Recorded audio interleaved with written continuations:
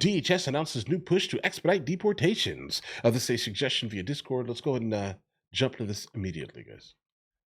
Let's see where this takes us. A Fox News exclusive, the Trump administration launching a new program to expand the immigration crackdown and speed up the surge of deportations. Welcome to a brand new hour of America's Newsroom. I'm Dana Perino. Morning to you. Hope you had a good weekend. Yes, indeed. A little rainy on Sunday, but hey, the Ducks like it. They do like it a lot. But who are you, Tony Soprano? Good morning at home. I'm Bill Hemmer, Department an of Homeland awkward Security, offering a one-way communication. ticket and cash for those who choose to self-deport from the United States, along with a chance to return, while those who fight deportation will never be allowed back in once they are kicked out. The agency says it will save taxpayers money in the end. President Trump gave a preview during his one-on-one interview with Rachel Campos Duffy just about a month ago. So he was basically, with that statement there, basically what's happening is that if you decide that you don't want to leave, basically, if you're not interested in the concept of self-deporting, you're going to be permanently banned once they actually catch you. So listen to what's happening here. Pay attention here, okay? If your goal is to be able to come back to the United States of America after Trump leaves office, then your best bet is to leave now. Right. Obviously, that stipend itself is about $1,000, and obviously, depending on what country the person is actually coming from, will determine if that $1,000 is even meaningful to that person. Guys, understand that there are some countries in South America who are making very similar as we do here. All right, let's continue. We're going to give them a stipend. We're going to give them some money and a plane ticket. And then we're going to work with them. If they're good, if we want them back in, we're going to work with them to get them back in as quickly as we can. And Bill Malutian is live in Los Angeles with the Not too exclusive. quick. Good morning, Bill. Yeah, Dana, good morning to you. So Fox News can report exclusively that DHS will announce today that they're going to start paying for the commercial flights of illegal aliens who self-deport from the U.S. And on top of that, they're going to pay them an additional $1,000 stipend once they're confirmed to have left the country. Now, DHS says doing this is going to be significantly cheaper for the American taxpayer. They tell us that right now it costs on average about $17,000 to arrest, detain, and deport someone. They say paying for self-deportations and the stipend will only cost about $4,500 per person. That's about 70% cheaper. Aliens are going to have to register to self-deport on the new CBP Home app to access that DHS financial assistance, as well as announce their intent to leave the country. DHS Secretary Kristi Noem tells Fox in part, quote, "If you are here illegally, self-deportation is the best, safest, and most cost-effective way to leave the United States to avoid arrest." In the meantime, here in the sanctuary city of Los Angeles, ICE confirms to Fox News that three suspects arrested in connection with the home invasion murder of a man in the Woodland Hills neighborhood last Sunday are all in the U.S. illegally. ICE's acting director, these are the guys that are from the country of Georgia. Todd Lyons, tells Fox they are all Georgia nationals, two of whom were caught and released at the border after crossing illegally, and the third, who overstayed a tourist visa and, listen to this, had 2 previous arrests with ICE detainers on him ignored due to sanctuary policy.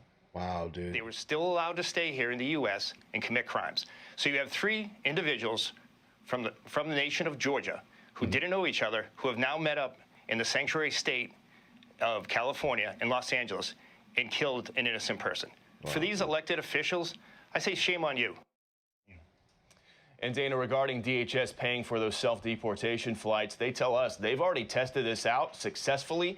They say they paid recently for an illegal alien to fly from Chicago back to Honduras. They tell us that any aliens who sign up and register to self-deport will be immediately deprioritized as a target for ICE arrest. They say thousands have self-deported already. They anticipate that number is going to shoot up significantly after today's announcement. Yeah, guys, I never understood the concept of, like, specifically Hondurans coming to the United States of America.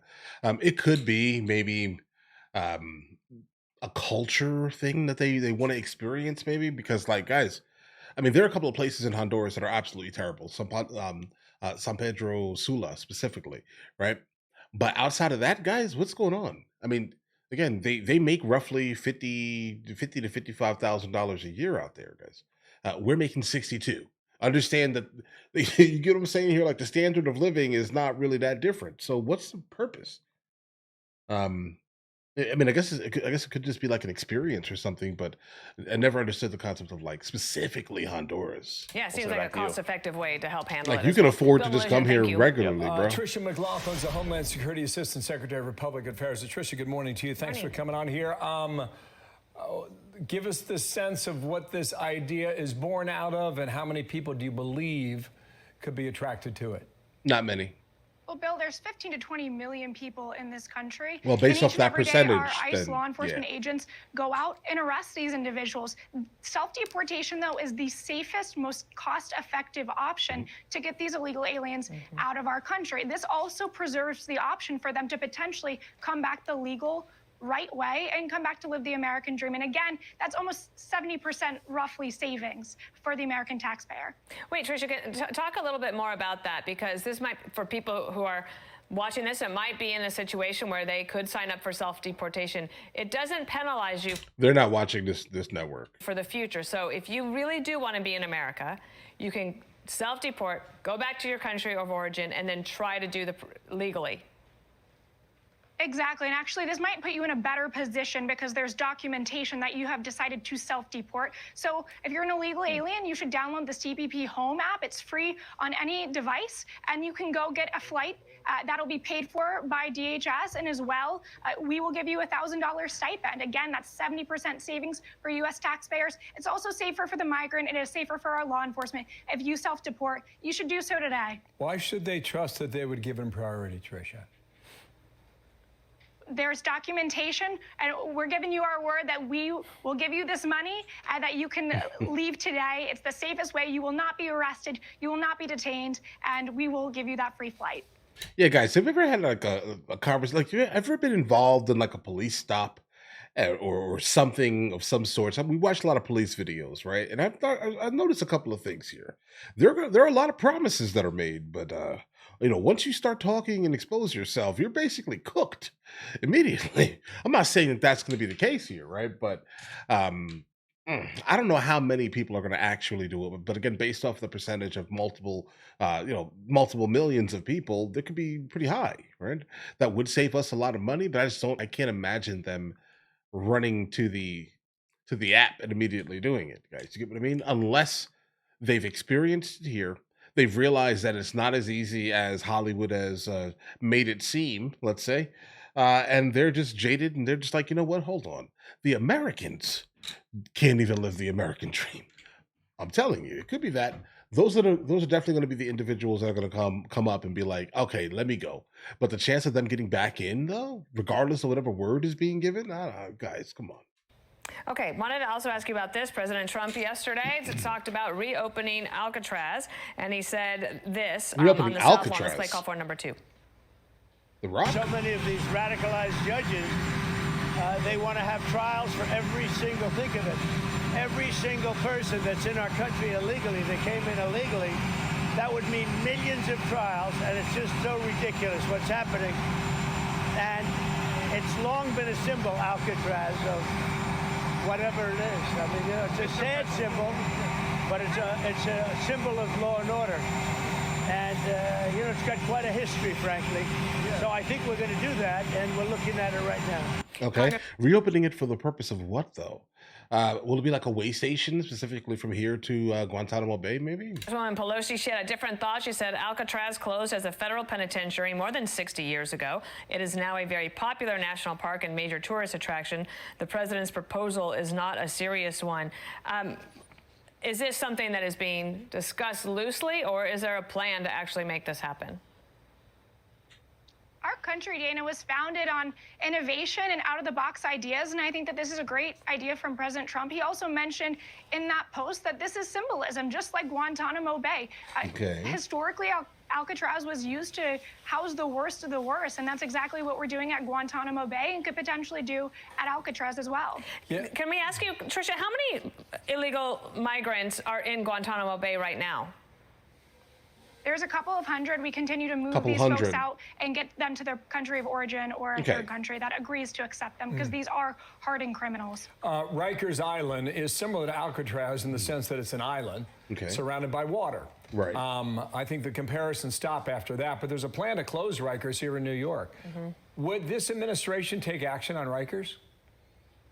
I think everything's on the table. I'm not going to get ahead of Secretary Noem or President Trump, but this administration is one of law and order, and we are getting these criminal illegal aliens off of our streets. We get reports that come in every single day to see who was picked up. We have child molesters, rapists, murderers, arsonists, you name it. There are people who have been in this country for far too long, committing crimes and terrorizing our communities, and we will get them out, whether it be Rikers Island, Alcatraz, Guantanamo Bay, or another detention facility. These people will not be on our street under President Trump and Secretary Noem. All right, Tricia McLaughlin, thanks for joining us here on this Monday. All right, guys.